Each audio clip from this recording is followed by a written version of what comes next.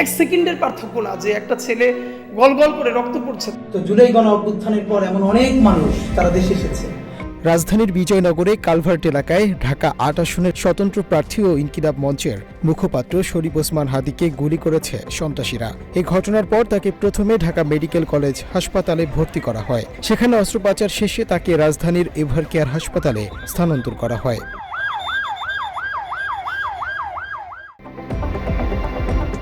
শুক্রবার দুপুরে হাদির ওপর হামলার ঘটনা ঘটে। হাসপাতালে নেয়ার পর চিকিৎসকরা জানিয়েছিলেন তিনি কোমায় চলে গেছেন। পরে জানা যায় তিনি কোমা থেকে ফিরেছেন, তবে তার কার্ডিয়াক অ্যারেস্ট হয়েছে।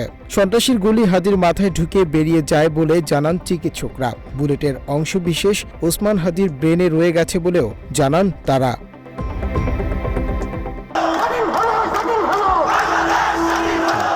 শত্রুর সাথে গলাগলি, মৃত্যুর সাথে পাঞ্জা। ২০২৪ সালের গণ অভ্যুত্থানে বাংলাদেশের কণ্ঠস্বর হয়ে ওঠা হাদিকে হত্যা করতে সন্ত্রাসীরা গুলি চালিয়েছে। এ খবরে সারা দেশে তীব্র নিন্দা, সড়ক অবরোধ, মশাল মিছিল, প্রতিবাদ ও বিক্ষোভে উত্তাল। ঢাকাসহ দেশের বিভিন্ন বিশ্ববিদ্যালয় ক্যাম্পাস, জেলা উপজেলা সবখানেই চলছে মশাল মিছিল, সড়ক অবরোধ, বিক্ষোভ সমাবেশ এবং হামলাকারীদের গ্রেপ্তারের দাবিতে তীব্র স্লোগান। বিক্ষোভকারীরা বলছেন, একজন হাদির ওপর হামলা মানে পুরো দেশের গণতন্ত্রের ওপর হামলা।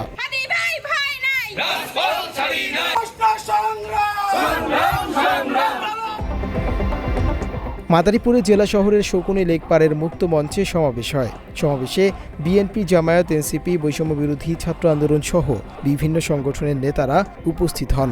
পরে তারা মিছিল নিয়ে বের হন। মিছিলটি মাদারীপুর, শরীয়তপুর, চাঁদপুর আঞ্চলিক সড়ক ও লেকপাড় সড়ক প্রদক্ষিণ করে সার্কিট হাউসের সামনে গিয়ে শেষ হয়। ওসমান হাদিকে সন্ত্রাসীরা গুলি করেছে।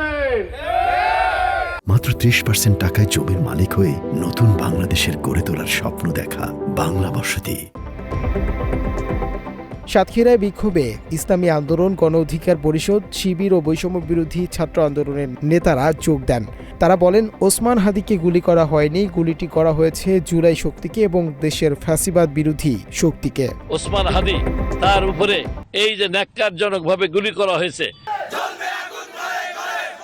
চাঁদপুরে গতকাল রাতে শহরের বাইতুল আমিন রেলওয়ে জামে মসজিদ প্রাঙ্গণে মিছিল ও সমাবেশ হয়।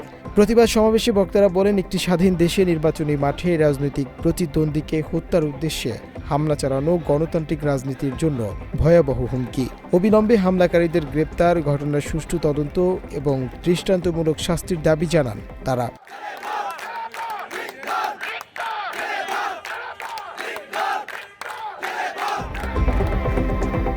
পরে মিছিলটি বাইতুল আমিন রেলওয়ে জামে মসজিদ চত্বর থেকে শুরু হয়ে শহরের বিভিন্ন গুরুত্বপূর্ণ সড়ক প্রদক্ষিণ করে বাসস্ট্যান্ড এলাকায় গিয়ে শেষ হয়। বিক্ষোভকারীরা স্লোগানের মাধ্যমে হামলাকারীদের দ্রুত বিচারের আওতায় আনার দাবি জানান।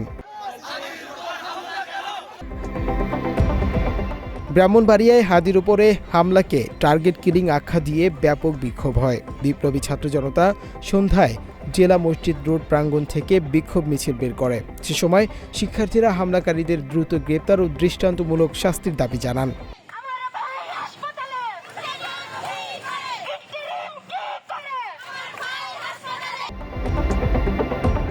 এছাড়াও বাংলাদেশের বিভিন্ন জেলায় সড়ক অবরোধ করা হয়।